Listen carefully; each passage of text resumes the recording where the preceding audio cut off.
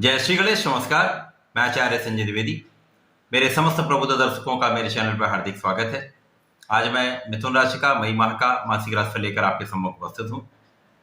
मई माह मिथुन राशि के जातकों के लिए किस प्रकार का होगा?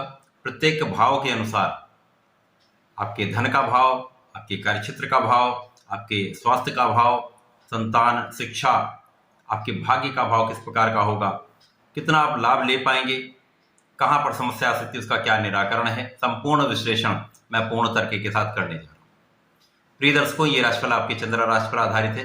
जिन जातकों का मिथुन लग्न है उनको भी राशिफल अवश्य देखना चाहिए। माह के प्रारंभ में जो ग्रहों की स्थितियां वो इस प्रकार होंगी। लग्न में मंगल का गोचर चल रहा है। यहाँ पर आपके तृतीय भाव में सिंह राशि में चंद्रमा होंगे। पंचम में केतु का गोचर होगा। नवम भाव में शनिदेव होंगे।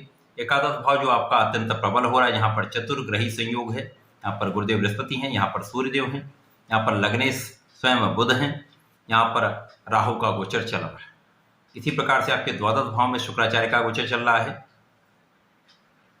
इस माह का प्रथम परिवर्तन 2 मई को होगा, जहां पर शुक्राचार्य जो द्वादश में होकर गोचर कर रहे हैं, इनका गोचर आपके लग्न में हो जाएगा, जहां पर मंगल के साथ ये संयोग बनाएंगे। इसके पश्चात 10 मई को मंगल जो कि आपके लग्न में गोचर करें, इनका राशि परिवर्तन आपके द्वितीय भाव में हो जाएगा, जहां पर ये अपने नीच राशि में प्रवेश करेंगे। इस माह का महत्वपूर्ण परिवर्तन सूर्यदेव का है, जहां पर सूर्यदेव आपके एकादश भाव में है, उनका गोचर आपके द्वादश भाव में प्रारंभ हो जाएगा। तथा इस माह के अंत में 30 मई को शुक्राचार्य का पुनः परिवर्तन होगा, जहां पर ये आपके लग्न से निकलकर द्वितीय भाव में धन भाव में प्रवेश कर जाए। प्रारंभिक समय से ही यदि हम देखें तो लग्न में मंगल का होना निश्चित रूप से आपको ऊर्जावान बना रहा है, आपको प्रभावशाली बना रहा है, आपकी क्षमता में वृद्धि हो रही। साथ ही साथ यहाँ पर लग्नेश जो बुध है, इसी प्रकार से सुख भाव के स्वामी भी बुध है, इनका एकादश भाव में होना, एकादश भाव में होकर ये गुरु के संयोग में है, सूर्य के संयोग में है तथा ये राहु के संयोग में है। अब यहाँ पर बुध वक्री अवस्था में आ चुके हैं। इसी माह में ये मार्गी भी होंगे। तो बुध जब वक्री अवस्था में आ चुके तो निश्चित रूप से राहु के प्रभाव में निर्बलता आई है, जिसके कारण बुध का प्रभाव प्रबल होने लगेगा। अब यहाँ पर आपकी लग्न को प्रबलता मिलेगी, साथ में गुरु का संयोग आपको अत्यंत कुशाग्र बनाएगा। तो आप ज्ञानवान भी होंगे, आप बुद्धिमान भी होंगे, आप श्रेष्ठ निर्णय लेने वाले होंगे, आपका कैलकुलेशन बहुत अच्छा होगा, गणनाएं आप बहुत सटीक करने वाले हैं। तो निश्चित रूप से इस समय में आपके अंदर शासन प्रशासन का पूर्ण योग बनेगा, क्योंकि यहाँ पर बुध के साथ सूर्य का भी बुधादित्य योग बन रहा है, जो आपको अत्यंत प्रबल कर रहा है। तो संपूर्ण रूप से इस माह में आप अत्यंत प्रबल अवस्था में रहने वाले। इस पूरे समय में ये गुरु के साथ ही होंगे। यहाँ पर यद्यपि कुछ समय में राहु का प्रभाव भी पड़ेगा, जो कुछ नकारात्मकता देगा, परंतु गुरु का एक प्रबल लाभकारी संयोग निश्चित रूप से आपको बहुत प्रबलता दे रहा है, आपको बहुत प्रभावशाली बना रहा है, आपको बहुत आकर्षक और आपको बहुत धैर्यवान, निष्ठावान, कर्तव्यनिष्ठ बना रहा है। इसी के साथ साथ जो द्वितीय भाव है, जहां का धन भाव है, धन भाव पर यदि हम दृष्टि डालते हैं तो धन भाव के स्वामी चंद्रमा है, जो कि तृतीय भाव में है, सूर्यदेव की राशि में है। सूर्यदेव पराक्रमेश होकर आपके लाभ भाव में है, गुरु के साथ संयोग में महाशासन का योग बन रहा है। निश्चित रूप से बहुत प्रबल अवस्था में आप हैं। यहाँ पर शासन सत्ता का सहयोग मिलेगा, यद्यपि यहाँ पर कुछ ग्रहण का प्रभाव भी होगा। तो कुछ काम अवरुद्ध हो सकते हैं, कुछ आपके पीठ पीछे शत्रु बन सकते हैं, कुछ काम रोकने वाले बन सकते हैं, परंतु यहाँ पर जो प्रबल अवस्था सूर्यदेव की है, साथ ही साथ यहाँ पर सूर्यदेव उच्च के हैं, गुरु के साथ में हैं, बुध के साथ में है, तो निश्चित रूप से आपके कार्य तो बनेंगे। आज का काम कल बन सकता है, लेकिन निश्चित रूप से आपको सफलता अवश्य मिलेगी। किसी भी शासन प्रशासन के कार्य में, किसी भी प्रशासनिक कार्य में, किसी भी सरकारी नौकरी के प्रयास में आपको सफलता अवश्य मिलेगी। आप बहुत परिश्रमी होंगे, लोगों का सहयोग भी प्राप्त होगा। यहाँ पर जो धन भाव के स्वामी है, चंद्रमा का गोचर चला है, जहां पर गुरु के साथ प्रारंभिक समय में गज केसरी बन रहा है, तो निश्चित रूप से आप प्रारंभिक समय से ही बहुत अच्छा धन का लाभ भी लेने वाले हैं। तो ये समय आपके लिए अत्यंत अनुरूप है। सुख का जो भाव है, वहां पे उसके स्वामी बुध हैं, जो कि कहीं न कहीं कुछ पीड़ित भी हैं, कुछ बहुत अच्छे स्थिति में भी हैं। अभी ये वक्री अवस्था में तो बहुत अच्छा फल देने वाले, तो यहाँ पर निश्चित रूप से माता के स्वास्थ्य में सुधार होगा, माता पिता का आशीर्वाद मिलेगा। मंगल लग्न में होकर इनकी दृष्टि का प्रभाव आपके सुख साधनों में वृद्धि कर रहा, साथ ही साथ सुख भाव के स्वामी का गुरुदेव के साथ होना, सूर्यदेव के साथ होना सुख साधनों में वृद्धि कर रहा, आपके ऐश्वर्य में वृद्धि कर रहा है। निश्चित रूप से आप बहुत ऐश्वर्यवान होने वाले हैं, सुख साधनों का उपभोग करने वाले हैं। राहु का प्रभाव पंचम पर है, जहां पर केतु का गोचर चल रहा है। यहाँ पर निश्चित रूप से समय समय पर संतान के स्वास्थ्य में कुछ निर्बलता हो सकती है, परंतु यहाँ पर शिक्षा का भाव अत्यंत प्रबल होगा, ज्ञान का भाव अत्यंत प्रबल होगा। कहीं ना कहीं यहाँ पर एक लाभकारी स्थिति बन रही, शिक्षा से संबंधित कार्य में आपको सफलता मिलेगी, कुछ अवरोध के साथ, परंतु निश्चित रूप से आप सफल रहेंगे। सरकारी नौकरी के प्रयास में यदि आप लगे हुए हैं, प्रशासनिक सेवाओं की तैयारी कर रहे हैं, तो इस समय में कहीं ना कहीं आपके लिए स्थिति कुछ अनुकूल हो रही। भाग्य का प्रबल साथ आपको मिलेगा। निश्चित रूप से इस समय में शनिदेव की जो प्रबल स्थिति है वो उनका पूरा पूरा साथ आपको मिलने वाला, साथ ही साथ शनिदेव की दृष्टि का प्रभाव लाभ भाव पर है, तो लाभ का फल कई गुना बढ़ रहा है।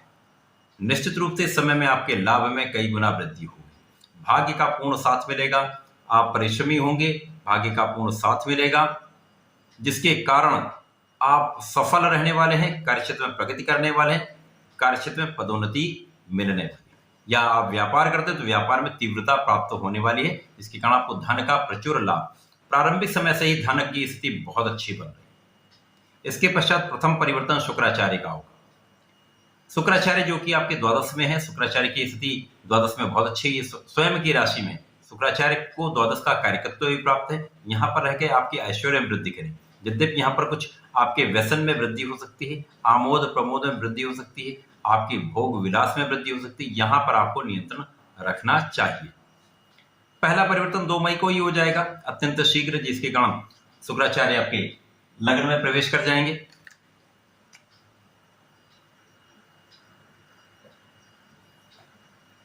अब शुक्राचार्य जब लग्न में प्रवेश करें तो निश्चित रूप से बुध के मित्र हैं, मिथुन राशि में प्रवेश करेंगे। यहाँ पर मंगल के साथ शुक्र की युति होगी। मंगल के साथ शुक्र की युति सदैव ही प्रेम संबंधों में वृद्धि करता है। आपको अपने मन पर नियंत्रण रखना होगा, परंतु यहाँ पर आपके ऐश्वर्य में, आपके धन में वृद्धि 100% हो। जीवन साथी के साथ सामंजस्य आपका बढ़ जाएगा, आपसी प्रेम बढ़ जाएगा, साथ ही साथ प्रेम संबंधों में भी वृद्धि होगी। यहाँ पर बहुत सोच विचार कर आपको निर्णय लेना चाहिए। मंगल के साथ शुक्र का संयोजन आपको ऐश्वर्यवान तो बनाएगा ही, आपको यहाँ पर ऊर्जावान भी बनाएगा। तो आपके पार्टनरशिप में, आपके साझेदारी में, आपके कार्यक्षेत्र में निश्चित रूप से प्रबलता है, धन का लाभ निश्चित रूप से बढ़ेगा।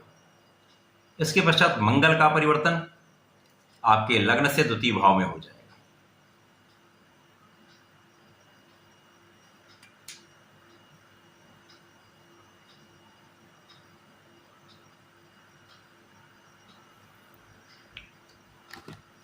अब मंगल जो कि आपके लाभ के स्वामी हैं, लाभ के स्वामी का धन भाव में जाना यह अत्यंत श्रेष्ठ फलदायक है, परंतु मंगल अपनी नीच राशि में जा रहा है। जब भी कोई ग्रह अपनी नीच राशि में जाता है तो उसके प्रभाव में निर्बलता जाती है। नीच का अर्थ ये नहीं है कि वो आपके लिए शत्रुता का फल देने लगेगा। नीच का अर्थ ये है उसके प्रभाव में निर्बलता आ जाए। जितना वो एफिशिएंट है उतनी एफिशिएंसी से वो अपना प्रभाव नहीं दे पाएगा, प्रभाव में निम्नता आ जाएगी, न्यूनता आ जाएगी। अब धन भाव में जा रहे हैं तो इस भौतिक जगत में सबसे उपयोगी भाव धन भाव है। अब यहाँ पर जाकर यदि ये नीच के हो जाएंगे तो लाभ का स्वामी जब नीच का होगा तो निश्चित रूप से कहीं ना कहीं समस्याग्रस्त करेगा। परंतु यहाँ पर एक बहुत अच्छा संयोजन बन रहा है। यहाँ पर गुरुदेव जो आपके लाभ भाव में ही स्थित है, मंगल की राशि में ही स्थित होकर इनका चतुर्थ दशम का संबंध कर्क राशि से है, जहां पर मंगल का गोचर प्रारंभ होगा। अब गुरुदेव का प्रभाव चतुर्दशम का अपनी उच्च राशि से होगा, जो लाभ भाव में बैठे, तो निश्चित रूप से मंगल की न्यूनता, जो निर्बलता है वो कम हो जाएगी। आपको धन का लाभ 100% प्राप्त होगा, लाभ आपको अवश्य मिलेगा। संचय की कुछ समस्या हो सकती है, जितना बड़ा आप संचय करना चाह रहे हैं, इन्वेस्टमेंट करना चाह रहे हैं, वो उतना बड़ा नहीं हो पाएगा। निश्चित रूप से यहाँ पर कुछ कमी हो सकती है, परंतु धन का लाभ तो आपको अवश्य प्राप्त होगा, परिवार का सहयोग प्राप्त होगा। परंतु यहाँ पर आपको अपने वाणी पर नियंत्रण निश्चित रूप से रखना, क्योंकि मंगल क्रूर ग्रह है। आपको त्वरित निर्णय नहीं लेना चाहिए, परिवार के बीच में एक संयोजन बनाकर चलाना चाहिए। तो वाणी पर नियंत्रण रखेंगे तो बहुत लाभकारी होगा। इसके पश्चात 15 मई को सूर्यदेव अपनी राशि का परिवर्तन करके द्वादश भाव में प्रवेश कर जाएंगे।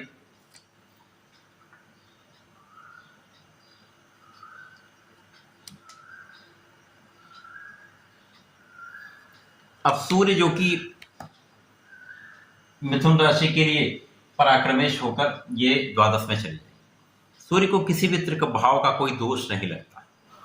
सूर्य जब द्वादश में होंगे, वृषभ राशि में होंगे, वृषभ राशि के स्वामी की स्थिति अत्यंत प्रबल है, जो कि आपके लग्न में गोचर कर रहा है, बहुत ही धनवान स्थिति बना रहा है। सूर्य जब वृषभ राशि में होंगे, यहाँ पर आपकी समस्त कानूनी समस्याओं का अंत कर देंगे। जो पीठ पीछे शत्रु आपके बन रहे थे उनका अंत कर देंगे, शत्रुओं का विनाश कर देंगे। इस माह का अंतिम परिवर्तन शुक्राचार्य का है। शुक्राचार्य आपकी लग्न से निकलकर द्वितीय भाव में प्रवेश कर जाएंगे, जहां पर चंद्रमा की राशि कर्क राशि में इनका गोचर प्रारंभ होगा। अब यहाँ पर मंगल के साथ इनका पुनः युति संबंध प्रारंभ होगा। मंगल शुक्र की युति यहाँ पर भ्रमित करने वाली नहीं होगी, परंतु यहाँ पर आपके लाभ की मात्रा को कई सौ गुना बढ़ाने वाली, क्योंकि शुक्राचार्य ऐश्वर्य के कारक, धन के कारक, बुध के परम मित्र हैं। यहाँ पर लाभ के स्वामी मंगल के साथ जब होंगे तो निश्चित रूप से आपका लाभ तो कई गुना बढ़ने वाला है, आपका धन कई गुना बढ़ने वाला है।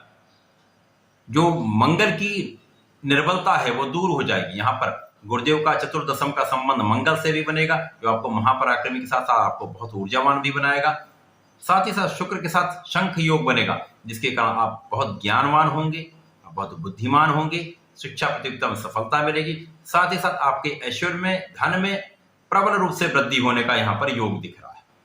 आपके सौंदर्य में वृद्धि का योग दिख रहा है। आप बहुत आकर्षक होने वाले हैं। यहाँ पर प्रेम बढ़ेगा, परंतु आप बहुत नियंत्रित रहने वाले हैं। तो ये पूरा मई माह मिथुन राशि के जातकों के लिए बहुत ही श्रेष्ठ फलदायक है। बुध इस माह में वक्रीय अवस्था में चल रहे हैं, परंतु ये मार्गीय अवस्था में भी आएंगे। जब ये मार्गीय अवस्था में आएंगे तो राहु के प्रभाव में आएंगे, क्योंकि इनका गमन आपके द्वादश की ओर हो जाएगा।